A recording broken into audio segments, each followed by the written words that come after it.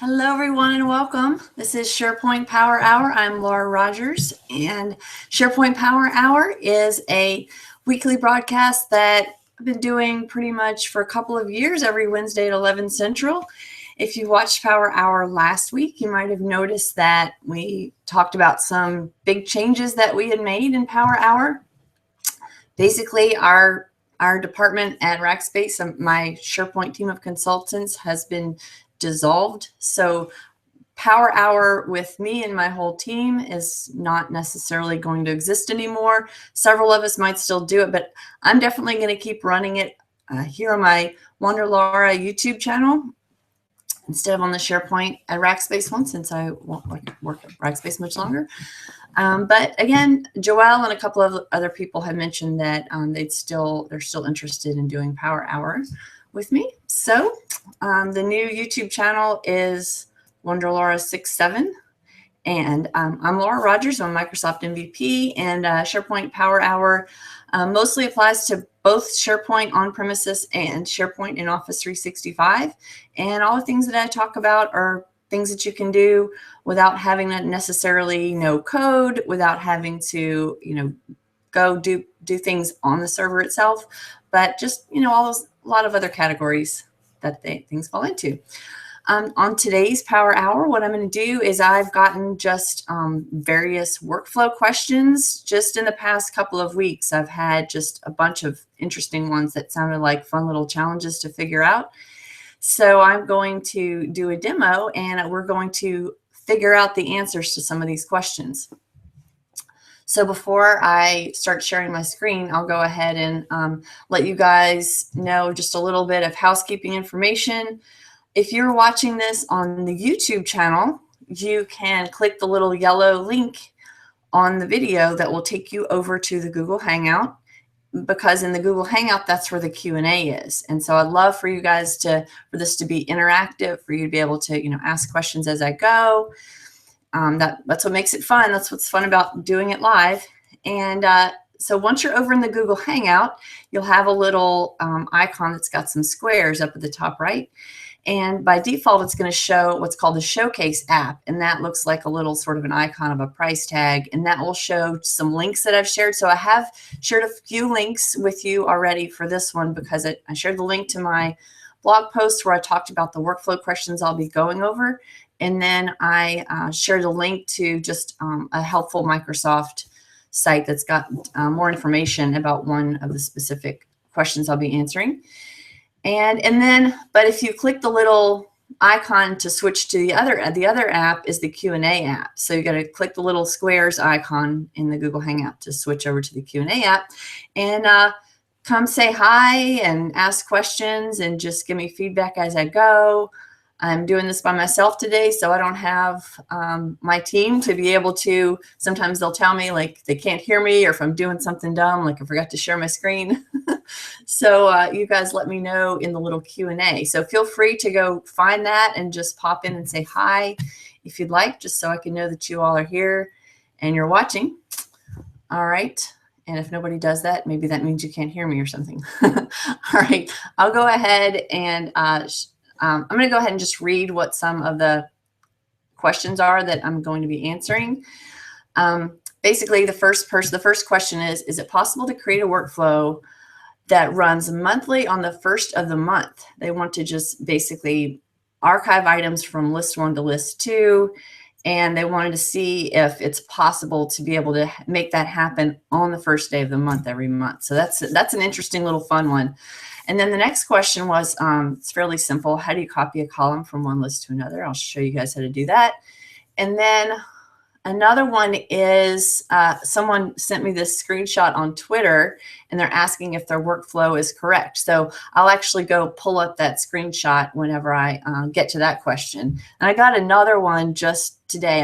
It's a 2010 one. I'm not sure if I'm going to get a chance to go through, to get to all of them, but because I pretty easily can fill up an hour usually with this stuff. All right. Thanks. Hi. Okay, thanks for saying hi. I appreciate you. I'm glad. I guess that means you can hear me. Okay, I'm going to go ahead and share my screen. Let's see. Let me rearrange some things here. And let's see, there we go. Okay. Now this is, oh, let me change my resolution real quick because it always helps when I change it so that it's better, especially later for watching it on YouTube. Let's see. Okay, there we go. All right, so this is the blog post with the questions on it right here. And then I'll go ahead and share my SharePoint site that I started creating this on. All right. Now, here we go. Okay. This is just a test SharePoint site. Let me zoom it out a little bit here. And I created just to be able to quickly spin up for the first question where he wants to be able to not only copy things from list 1 to list 2, which like list 2 is the archive, he wants to be able to do it on the first of the month. So the first thing I'm going to show you is so the basic part about just copying something from list 1 to list 2 is pretty simple. So I'm going to start with just that basic part and show you how to do that, and then show you how doing it on the first of the month makes it much more complicated. So here is SharePoint Designer, and I'm going to just create a new workflow. I'm going to create it on list 1. Now what I did ahead of time, just anytime we're copying something from one list to another, and I'm going to do this as a 2010 workflow, and I'll tell you why in a minute.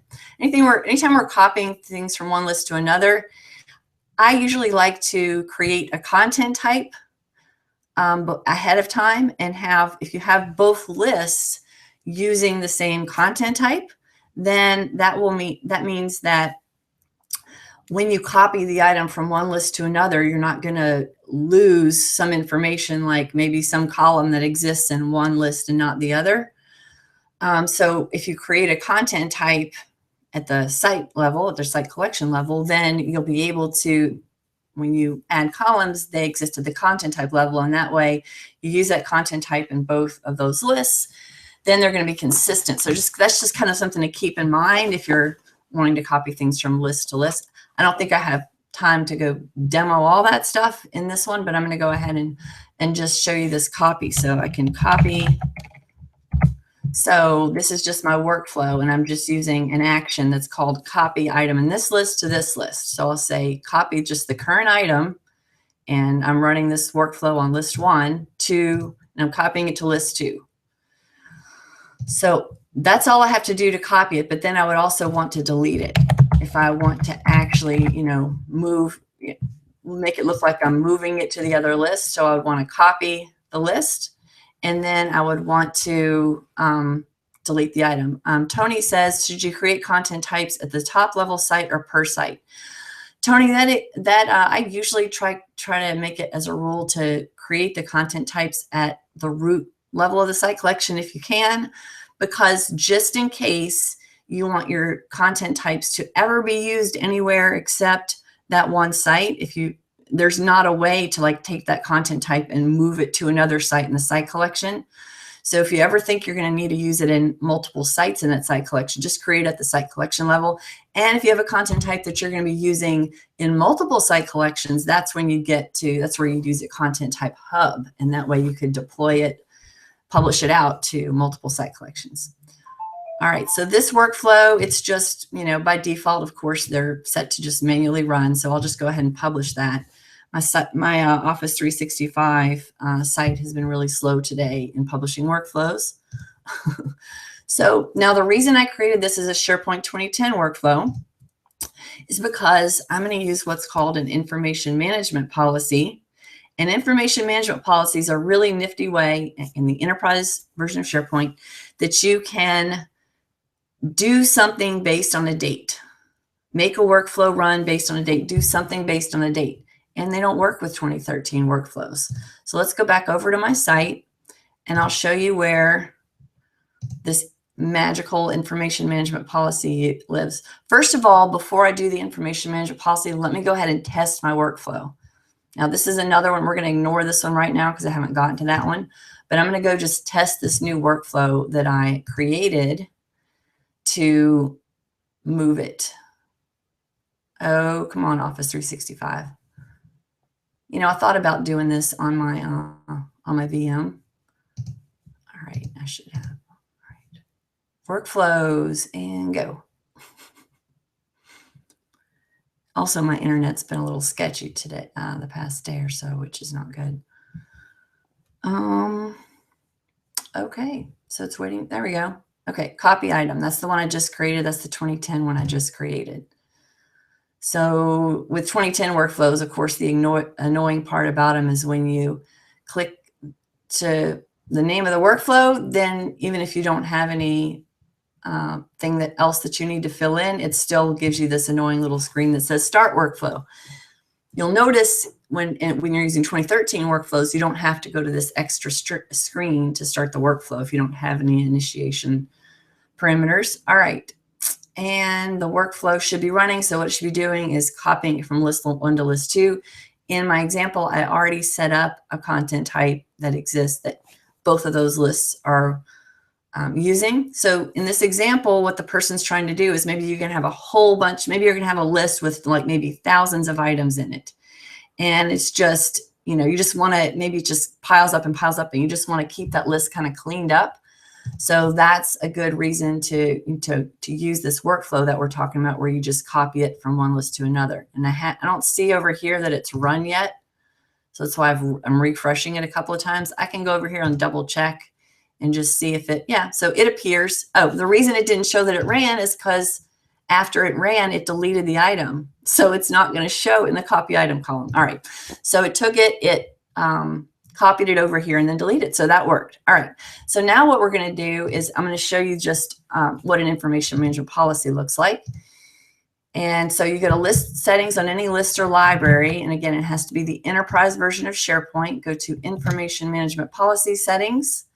And then once you're in here, I'm going to, this is my content type that this list is using. So if it's just like a generic custom list, it's going to say item here. If it's a calendar, it's going to say event. So that's what you have to pick a content type before you can actually get to the little policy that you're creating.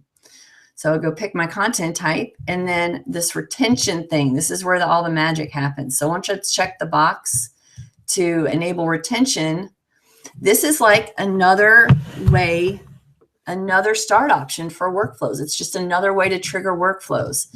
There are a lot of other things that you can do in here, and there are a lot of other actions you can make it do, but this is really powerful stuff. So you have to pick a date field.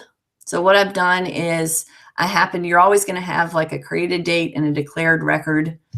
I'm going to pick, these are other date fields that I have actually already created in that list. Just there's a sale date, there's a next month date, and we'll get to that in a minute. So what you can do though, so the simple way of doing this is I could say created date plus, however many months or days. I'll say created date plus 1 month. Then once that date arrives, then what do you want to automatically happen? So these are all these cool things that you can do: permanently delete, transfer to another location. That actually uses the content organizer rules, which we talked about in a whole power hour we did that talks about the send to concept. And then, but start a workflow is what I want to do. So notice it says copy item. 2013 workflows, again, they're not going to show here, which is why I created a 2010 workflow that, for being able to trigger it using the information management policy. So once create date plus 1 month arrives, then it's going to automatically do this. This runs on a timer job on the server. This is the information management policy timer job. And it, this is a little weird thing that exists. If you're on-prem, I've noticed that the timer job automatically is set as the default to run once a week, which is kind of dumb because you might want to run it every night. So I recommend going and change that to make it run once a day. So the information management policy, that's what's going to happen on the server. The timer job is what is going to make this actually run when this date arrives. All right, so I created my policy, and then I click OK. So of course, I'm not going to want to sit here and wait a month or wait a day or wait at all to see this happen, but I want to show you how to at least set it up. All right, so I proved that the workflow worked because I manually triggered it, and we saw that it moved an item over. And so this is how I can make the workflow so it just does it automatically 1 month after the thing is created. Now, the tricky part to this person's question is that, here's the question right here, this first one, on the first of the month. So make it run monthly on the first of the month. So that's an interesting one. So that's not really created date or anything plus something. That's going to be like we have to actually figure out how to calculate the first of the month. Now, you would think, well, you could just use a calculated column to do that. Your information management policy can't use a calculated column. So in the little month thing that shows here with the little dates, calculated columns are not going to show here. So that's why it has to be an actual date field. So it makes it even trickier. So the way I do that is I create a date field in the list, and I can just make it hidden so people don't see it to fill it out. But I use that date field, and when the item is created, it actually fills in that date field automatically so that it shows as a date here.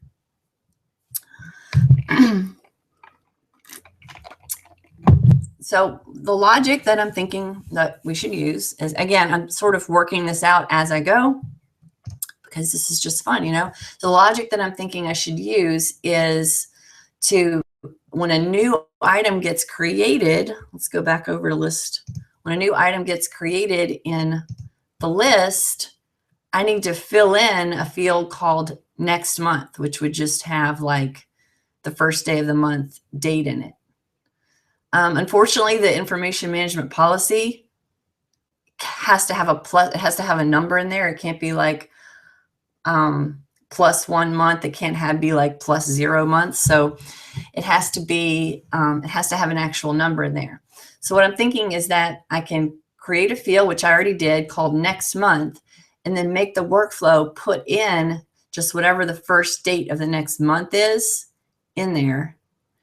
And then, yeah, and then run. So let's think this through. Okay, so if I already created the next month field as just a date field. Let's go look at this. Let's think about the logic here. And you guys, 21 viewers, thanks everybody for coming. You guys feel free to shout out ideas or questions as I go, because like I said, I'm just answering these Q&A questions, and some of this I'm just kind of brainstorming it as I go. So it's this retention thing, enable retention, and it's all right, so this next month field, next month plus 1 month. So it's got to have at least a 1 here. At least I tested this a while back and it didn't work with a 0 in front of it. So if I did next month plus 1 month, then it would be like, if it's March right now, and next month is April, but then if I did plus 1 month, it wouldn't run till May. So I'd actually want to put this month, right? So I would want to put this month plus 1 month. So every time the new item gets created, I need to calculate out what just the first day of this month is, and then add 1 month to it, right? So then the first day of this month is March 1st, and add a month to that, and it'll be April 1st, and that's when it would run. Make sense? Okay, so it'd be next month plus 1 month. All right, so I need to change it to, instead of calling it next month, I need to call it this month, right?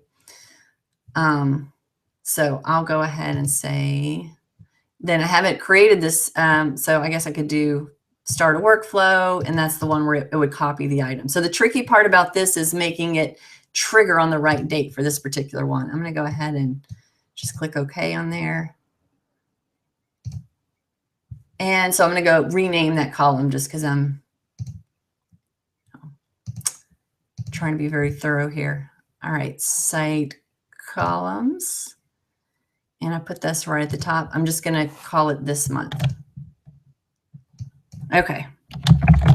So that now this is going to be the fun part in the workflow, is calculating out the first date of this month. Let's go over to SharePoint Designer. And I'm going to, now I don't think it matters with this if I do a 2010 or 2013 workflow. We can double check some of that stuff. But I'm going to go create just a new workflow in here and base it off of list 1. And I'll just create a 2013 one. Calculate, I'll just say set this month.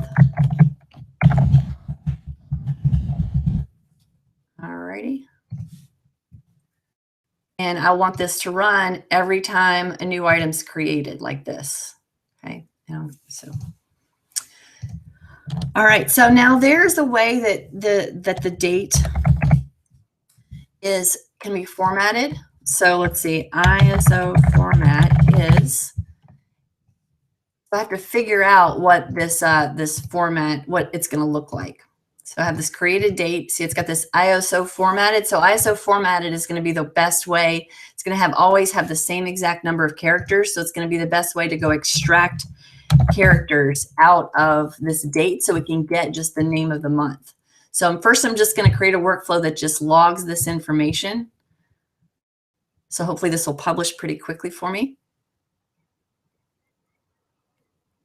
All right, and go. No questions so far. You guys are very quiet. All right. I'm glad y'all found me, though. It looks like y'all found me over in my new channel, in my Wonderlaura channel. Now, I'm going to go ahead and just manually run this on one of these items. And I called it set current month. So I set it to run whenever an item gets created. Let me go. Why is this taking so long? Come on, really? Workflows. And go to workflows. Sorry about my voice today. I've got a little scratchy throat going on, so it makes me all hoarse. I just want it to log that information for me. Okay, so this is set current month. Notice that when I manually trigger a 2013 workflow, it doesn't make me go to that extra screen and click a start button like it does for 2010 ones, so that's nice. And this one I'm not running this using an information management policy, so it doesn't matter that it's a 2013 workflow. So let's go see the workflow history information. This is what I needed right here. Okay, so it's not like month, day, year like it is, like we do in America, and it's not day, month, year like they do in Europe. It's year, then month, then date. So this is what I want out of here. So let's go. I'm going to take this whole date format here, and I'm just going to put it over a notepad so I can reference it. All right. So what I'm going to need is this 03. So it's 1, 2, 3, 4, 5, 6. So it's like characters 6 and 7. Let's see how I'm going to do that in the workflow. All right. Let's see. Let's go look at some of my actions. I have extract substring from index of string. That's what I want, because I need to be able to tell it. Actually, this one's even better. I need to be able to tell it exactly what character I want and exactly how long it needs to be. So I'm going to use that one. And just in case you didn't see that, it was extract substring of string from index with length. All right.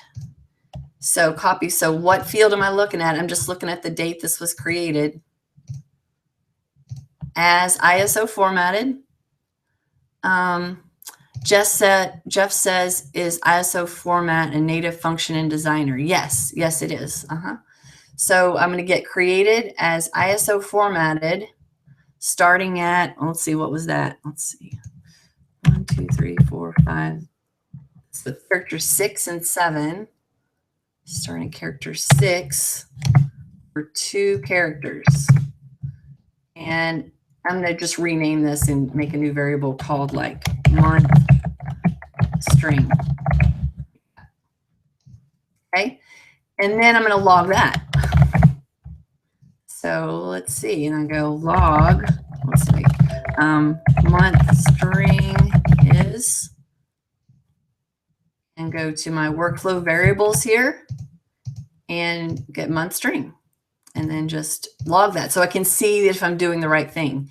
So I'll go ahead and publish that. So this is kind of how I work through things like this. I use the log to history list action all the time when I'm trying to figure out little things like this. And so the key here is to be able to get information out of a month in a workflow is to use that ISO formatted string, but because it's, again, it's always going to have, it's not going to be like 0101 26. It's always going to have like an O in front, a 0 in front of, even if it's like the first day of the month, or, you know, it's less than 10.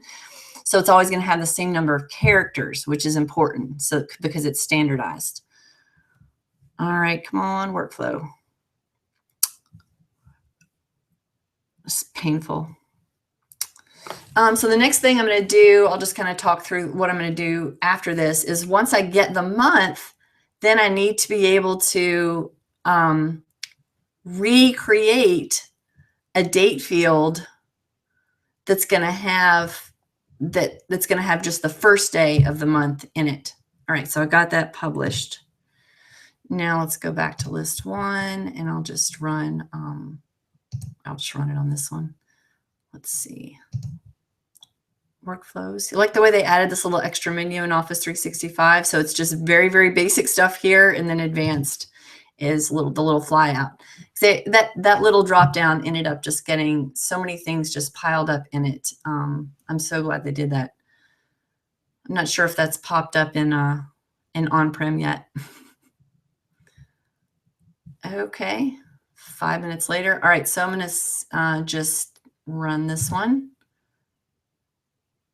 And then I'll be looking at the log information.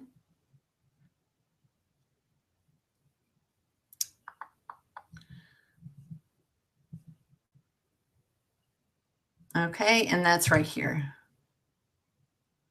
ISO format. So month string is, oh, see, I was off by 1. I always do that. So I should have started, see, it grabbed these two. It grabbed like the 3 dash, and I wanted the 03. So I just see that this is why I do all this logging and you know, trying it out just step by step, because I always do it wrong. So I need to start at character 5 for 2 characters. There we go. All right. Now that I've got that, so once I see that, that's going to be correct. Then what I want to do is I want to set a workflow variable, and I'm going to create a variable called first day of month. That's going to be a string. Yeah, I think I have to do it as a string. Yeah, because if I set this as a date variable, it wouldn't let me do this, what I'm about to do. So I have to build it up, put it together as a string, like putting a puzzle together, and then convert it to be a date in a minute. All right. So what I want to do is I want to put this string together that's got the same sort of format, but just the first day of the month instead. All right. So that's going to be like, let's see, 2016. Well, I can't hard code the year in there, right? Ooh. So I can't hard code the year in there. So I'm actually going to need to get a year out of there as well. Just for now, just to make this really quick, I'm going to hard code the year in there. But I would need to do another variable that just gets those first 4 characters, the year. All right, 2016 dash, and then that's where I'm going to put my variable in here of the month. Let's see, I called it month string. What is that first day of month variable? Okay, it's month string as a string. Okay. Okay, and then I do an hyphen 01, and that's the first day of the month, and then time just can be 00.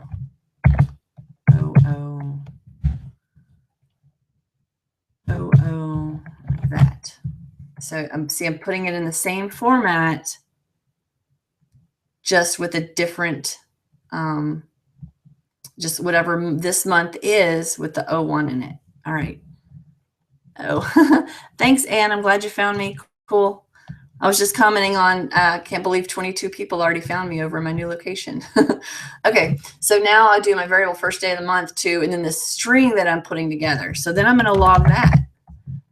And then I'm going to say, let's see, first day of this month is, and then put that as a, just log that.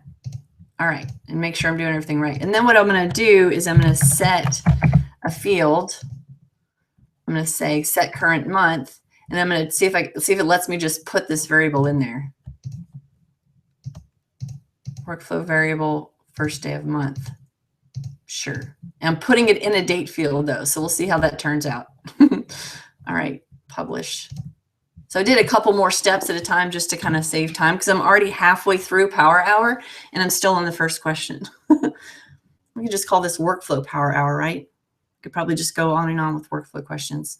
For the person that asked me the question about the 2010 workflow, if you'll look in it was basically the 2010 question was, and while I'm waiting for this to publish, in approval task action, basically they want to be able to say if you have several people in this approval task 2010 task action, if several people are in there and you just want to say if at least one person approves it, just let it move on instead of it having to wait for all of them. I actually put the answer to that as one of the little links in the, wow, that's still publishing, as one of the little links in your little showcase app here. So that's this Microsoft article here. And basically it gives you the ability when you change the completion conditions in the 2010 workflow, that is where you can let it do like a percentage of approved. So it kind of shows you how to do that in here. And again, that's where the link is. And I put it in the showcase, and it's called Use the Test Process Editor for Approval Workflows is the name of the Microsoft article. Okay, the workflow finally published. This is like a cooking show. I'm just going back and forth while I'm waiting for things to cook. Okay, now let's run that one. And I'm just going to run that one on this second item. And for some reason today, it's just taking forever to get to the workflow screen. There's nothing I can do about it because it's Office 365. And go. Okay, set current month.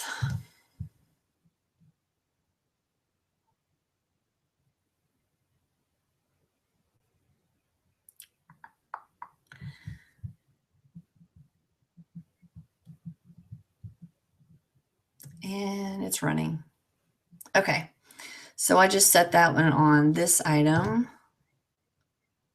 Let's see. Oh, see, I got the month string right that time. And then I said first day of the month is 2016-03-01. So look, so I did it right. Now let's see if it set the value correctly on the item. So let me open up bread here. Oh, see, no, it didn't set the value correctly. So, because remember, I thought that was a little sketchy because I was trying to set, let's see, let me make sure, let me double check. So this month, yeah, set current month. Oh, there we go. This month, that's what I did wrong. I was just putting the wrong field in there. This month to first day of month. Okay, we're going to try that. We're going to try that next. Okay. So I had just picked the wrong name of the wrong field here when I was setting the field value to the first day of the month. So once this is published and once it runs, what we're going to be able to do is this field, this month field is going to get filled out. Now we don't want them to see that. So let me, while that's publishing, I'll show you how in the content type, just to quickly go and make that so it's hidden. So this is my little content type with these fields in it. So I just go to this month here, and you can see they're going to be required, optional, or hidden. And I can go to this month and just change it to hidden. So that way it's still a field in the list. It still exists, and it's just not going to be on the form that they're filling out, but I could still put it in a column here. So even though it's not on the form they're filling out, I can go quickly add it to a column this month like that, so I can see that. Let me get rid of some of that stuff there. Okay. Now I have to go, okay, so see if it finished publishing. All right, it finished publishing. Now I gotta go run it. I'll go run this on the Sprite one since I haven't run it on that one yet. Workflows. And then hopefully this one will work. So hopefully you guys can see how I can go into the workflow and use that ISO formatted, that ISO string to be able to go extract specific information out of a date and then sort of craft a date together by creating it as a string workflow. All right, so let's see if this worked. First day of the month. Okay, so it says what the first day of the month is, but ooh, see, look, it's giving me an error. Now I know exactly what happened. And this is the thing that I was wondering about. I took a string variable and tried to set it into a date time field, basically. And I kind of knew that was going to happen. So all I have to do, so instead of setting the date field as this string variable, I'm just going to say set workflow variable, and I'm going to create a date variable. So like first day date, and make it a date time variable. Right, so set this date time variable to whatever the string is. So basically I'm like having to convert variables in here. So I have this string variable, first day of the month. So I'm going to set first day date, an actual date variable, to be this string that I crafted. So then I can say set this month to be that the date one. So now it'll probably go in there correctly since it's a date. So I'll go log, let's see, log set date variable, and then use my first day date. And so you can see, so that'll be, I'll just say show it as a string. It doesn't really matter. I'm just logging it. All right. And so I'm logging that, and then I can say set this month to first day date. That ought to work. So you can tell this, you can see how workflows can kind of pile up and get really long and be pretty complex because you're doing all this fun stuff with variables just to be able to get this one little field that you have to just set a value. So I'm extracting the month. So I'm getting this ISO string, and I'm I went and found where the month is in there. Then I went and got that as it's the 03. Then I went and crafted a new string that has, the year, then that date, and then I typed a 01 in there manually and just put like 000 as the time. And then I have that as a string, but then I need it to be a date variable, so I converted it to a date variable, and then I'm setting a field value. Okay, I know it's a lot. All right, let's go back. I'm going to kill this workflow that didn't work. I know that the errors that SharePoint Designer workflows give are just abysmal, and they're not very helpful. I'm just going to go run this one on bread. And I didn't give my stage name a very good name. They'll say stage 1. You can just rename your stages in SharePoint Designer, and it will say a nicer name there. Okay, manually running it again. So I ran that one on bread, I think. Let's go see. Okay, says first of the day of the month is. And let's see, I'm going to refresh this because it says that internal status is started.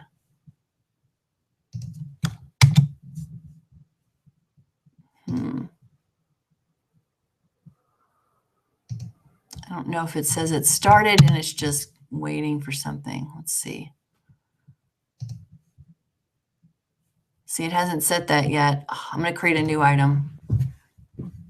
Okay. This one's going to be cereal. That's expensive cereal, $5.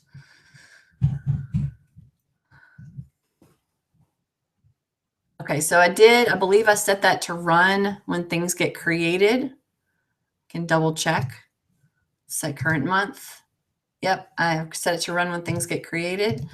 So let's refresh this page. So that one's running. Let's see what happened. I don't see a value in this month yet. No, it's still giving me some funkiness. Interesting. Yeah, I think that this the way this is formatted is getting it very confused. Let's see. I might have to come back to this one. I've got plenty of time. I've got 20 minutes. I know I'll figure it out. I think it has to do with the way I'm putting this value in here. First day date. Okay, let me do this. I'm going back up to here. First day of the month is, okay, so I'm going to put O. Let's see. I'm just going to format it like American, just like we do month string /01/2016, which would be, that's the year string that we'd ultimately have to extract the year out of there and have like a year variable we put in there. So next year it won't be all jacked up. So I'm formatting it differently. Okay. So first day of the month to this month string. And then I'll just be logging that first day of the month. And then I'll be setting a variable called first day date, which is an actual date variable, to my first day of the month. So it's kind of converting it from being a string to being a date. Then I'm just logging what that first day date is. And then I'm setting my this month field to my first day date. Okay, does it sound right? Y'all have any questions so far? What do y'all think of this? Is this like way nitty gritty in the weeds? What do you think? Give me some feedback. You're all still here. Once I get to get this workflow, this very slow workflow published, and once I get to the question 2, question 2 is fairly simple. Her question was, how do you just copy a column value from one list to another?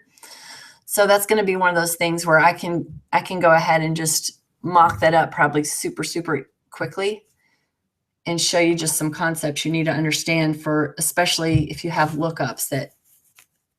That's like usually the common way that you do it, is if you have related lists. All right, that one published. Let's go try that again. I'll go kill it on my serial one. All right, I'll go to another new item, and I'm going to call it soup.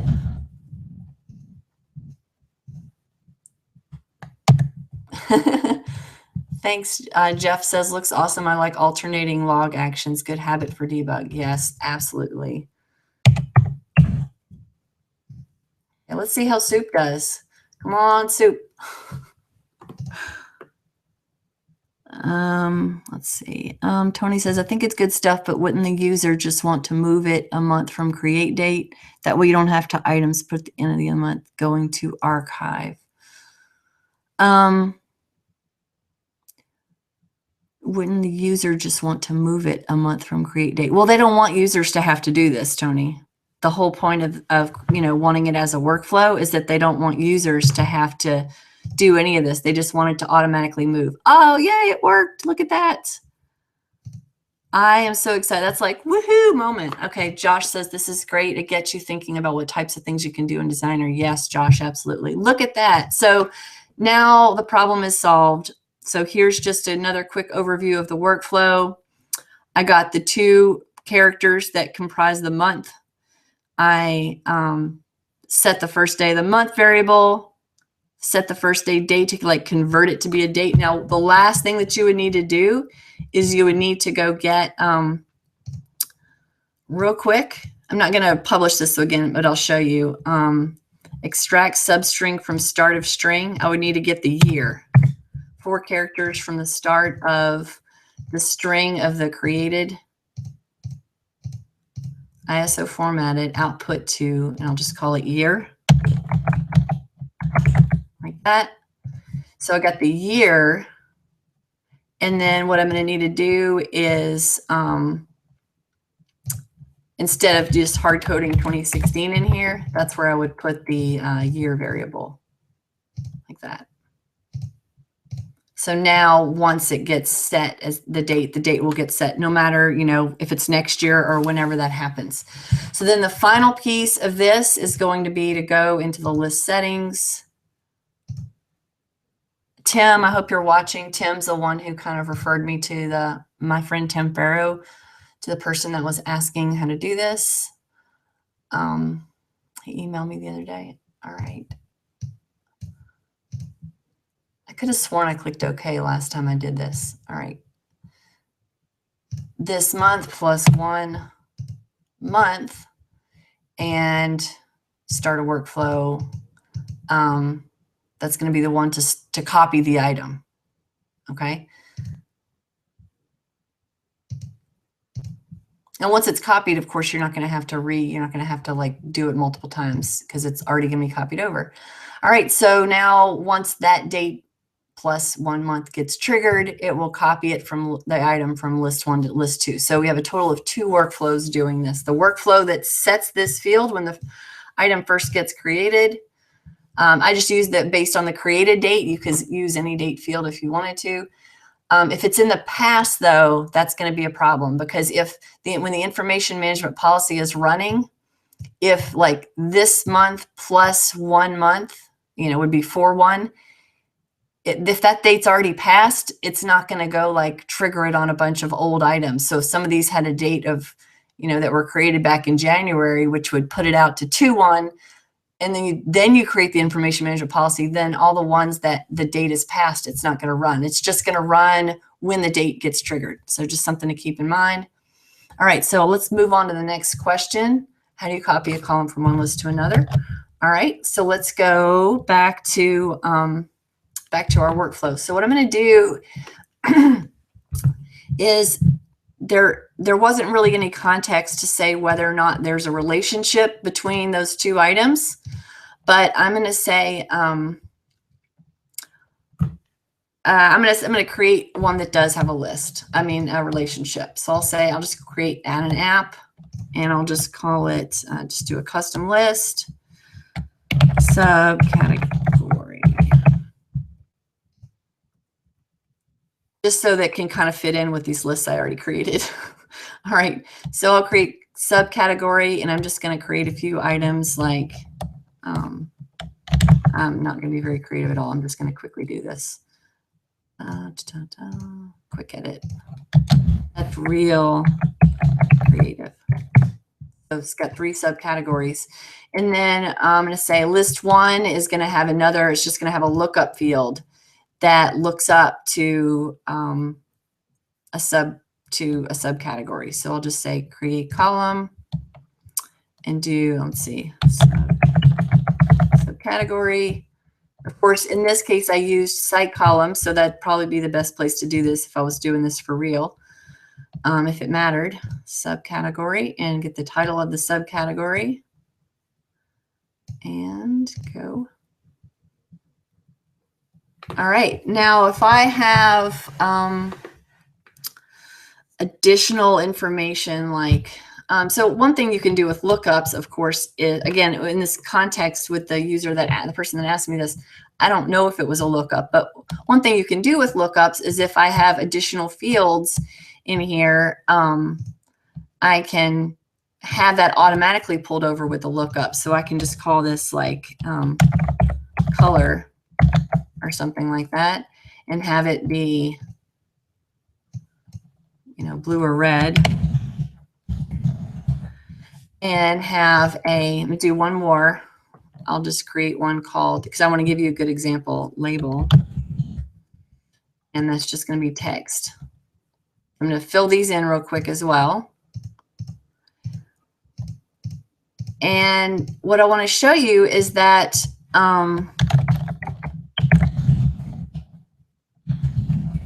when I go back over to the list that I'm looking up to this from, so back over to list 1 where I created the subcategory column, my subcategory column settings, I can bring over additional fields automatically. It's just built in. This came out, in 2010. But you'll notice that the color one is not here. So like a people field or a choice field, or I think there are a couple other, are not going to come across. So the label will come across. So I can automatically now see I'm bringing over label, and it's just going to show the label values. Now, let me go fill in some of these too, so they all like have something in them. Okay, so subcategory 1, 2, 3.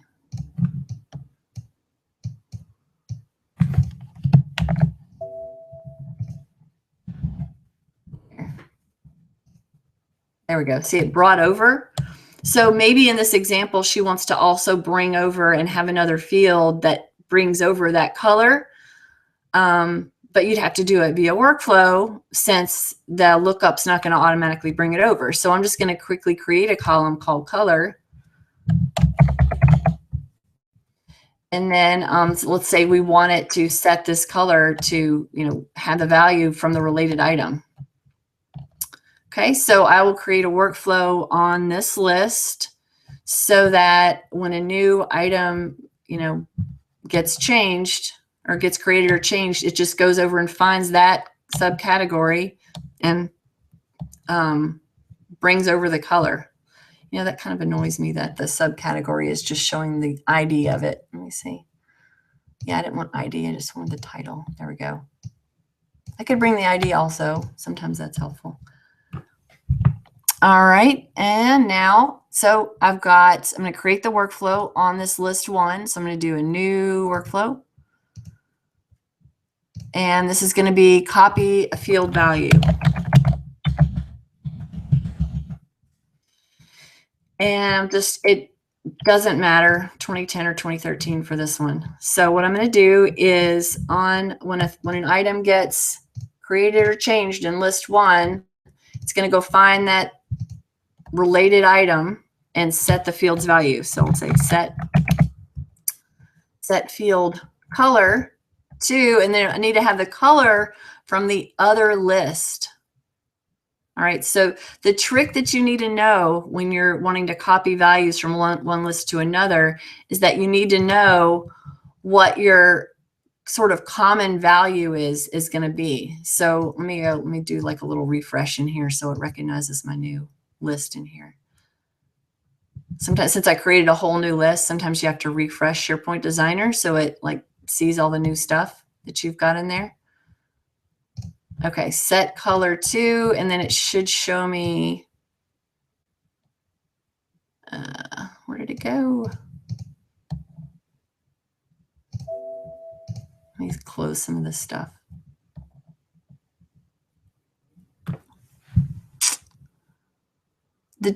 So what I was going to say is the trick is that you need to have that sort of related item or common item. So it's sort of like a where concept. If you're thinking about, in logic or programming, it's like I need to go get the color from the item where what item in the other list is related to what field in this list. So you have to pick something that's going to match. So when you have relationships involved, it's going to be really easy to pick something that matches. All right. Oh, good Lord. I didn't even hit publish. I just hit save, and it's doing this to me. Cancel. Office 365, you're going to have to work on this. This is not acceptable. All right. Let's see. Any other questions while I'm waiting for this thing? Let's see. The other one was, I'm going to go over to Twitter and get his little screenshot too while I'm waiting for that to come up.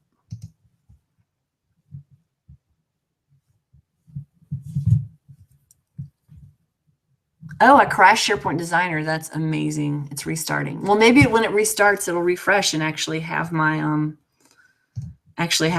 list in there to pick from. Okay. So his question was about like if he's doing his workflow correctly from his screenshot.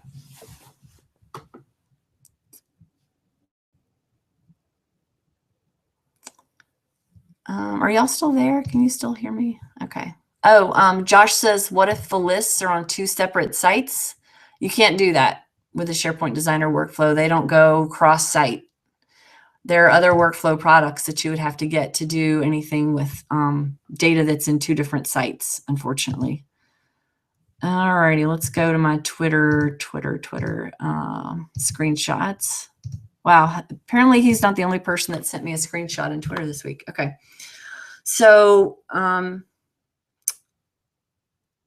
he's assigning a task using a task action, and then he's waiting for a status and then updating it. So unfortunately, when you assign a task, it's already going to be waiting. So that's kind of one of the things that I'm going to point out. Let's see if SharePoint Designer is ready for me now. Okay, here we go.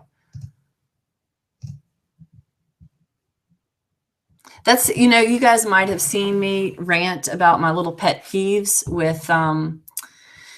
with just task actions in SharePoint Designer. And I also have that whole other playlist that I did on the SharePoint at Rackspace channel, SharePoint REX channel, on the HR onboarding concept, where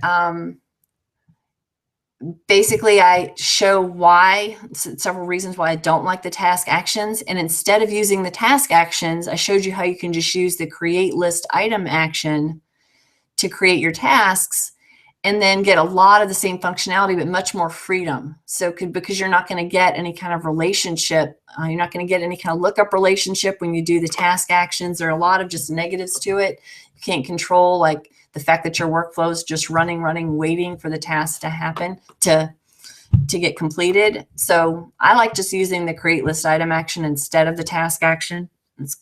That's going to be pretty much going to be my answer to that other one. All right, so here we are. Hopefully my list will show up here. I need to have my there it is, subcategory. All right, color. Okay, so set the color in this list to the color in the subcategory list where, so this is the where field, where the ID of the other item, so since I have a lookup field, the ID of the other item is equal to this subcategory field in this item. So it's the lookup value or lookup ID. I'll use lookup ID. I usually, sometimes if one of these gives an error, I just switch it back to the other one. So let's see, go to end of workflow. And so the trick to be able to set a field value from one list to another is that you have to know what the 2 lists have in common.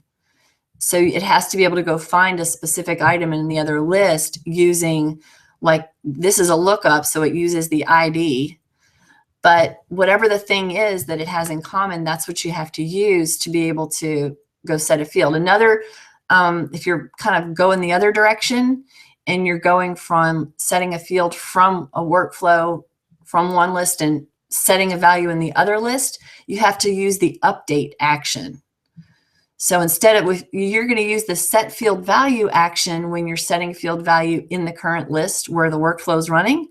But if you want to go the other way and I want to go set a field's value in another list, I would use the update. And so it's just the action called update list item. And then the same exact concept applies though. You're going to say, go update this field in this other list where, and then you're going to say, where the ID is equal to this lookup, or where, the department name is the same as this item's department name. You have to be able to define what specific item in that other, and I'll just kind of show you this. You have to define what specific item in that other list, even if it's the calendar or whatever it is, where the category in the calendar item is going to be the same as maybe the category in mine. So it doesn't have to be a lookup, but it has to just be the values, it's going to go find the value that matches this one. So it's going to go find one item. So if it's just text, if it's just free-form text, it's just going to go find the first item that matches, and then it's going to go set whatever that is, that value on that one item. So it's not going to go like iterate through multiple ones. All right. That's the end of Power Hour. Again, I can go real quick over this guy's question. The problem that you're probably having is that when you're assigning a task, it's already waiting. So it's already waiting for them to complete the task. So I don't know what CAD status is, but this is going to wait till the task is already done. And then I guess CAD status is in the field in your own list. And then you want it to go. So usually you're not going to be writing back over to the task list from here. It's automatically just going to wait till they complete their task, just when you're right here. So this part doesn't make sense. Now, if you want to, I don't really know what your CAD status is in your screenshot, but again, this doesn't usually have to go right back over to the task list. All right. So if you wanted to go, you're waiting for them to complete it, and then they complete it, then the workflow goes to the next thing, but then you're going and completing it again. So that's why this is incorrect. So, and I don't know what this wait for event when item is changed thing is. It's one of those new things in 2013 that doesn't really make sense to me, because it doesn't give you a specific item to wait for.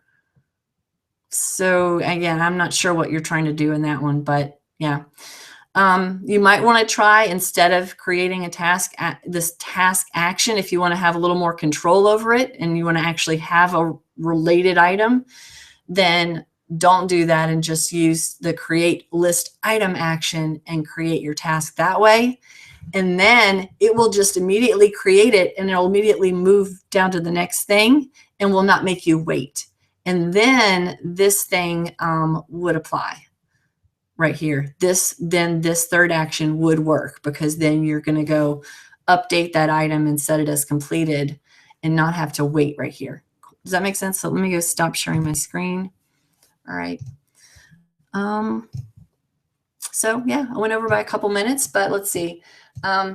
Thanks everybody for coming. Let's see. Tony says, I need for when the assigned to field is changed to one of two people. When the assigned to field is changed in the task list, you need to do something specific in the task list when the assigned to field is changed. Then what you'd have to do anytime, I did a whole Power Hour about this, Tony, about doing a workflow that runs when like based on a specific item being changed to something else, because you have to create a copy of that column. So you'd have to have an assigned to field and an assigned to copy field. And then you'd have to, again, I did this in a whole other Power Hour. I just don't remember what the exact name of it was. It was about workflows. You have to create a copy of that field. And then that way your workflow can look at what the value was in the copy of, and then it can look at what the value is. And then it can say, oh, well, now it's this person, or, and then the workflow, that workflow would have to be running on the task list itself. So when you're using the task actions in your workflow and you're running a workflow on the task list, I've seen SharePoint get really confused about that. Thanks, Jeff. You like the new Hangout format? Oh, okay. Well, thanks for coming. All right. Thanks, Treva. I think that's how you pronounce your name.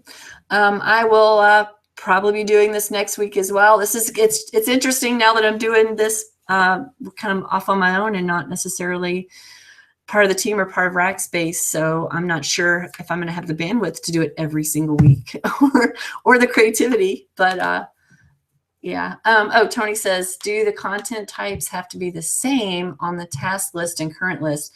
No, not at all. That's not going to be the way that works, because task list is just going to have a task content type that's going to have like the name of the task, the due date, and the assigned to, and all that, which will be completely different to whatever your current list is. So Yeah. All right, y'all, good luck. Good luck work flowing. I'll see y'all next time.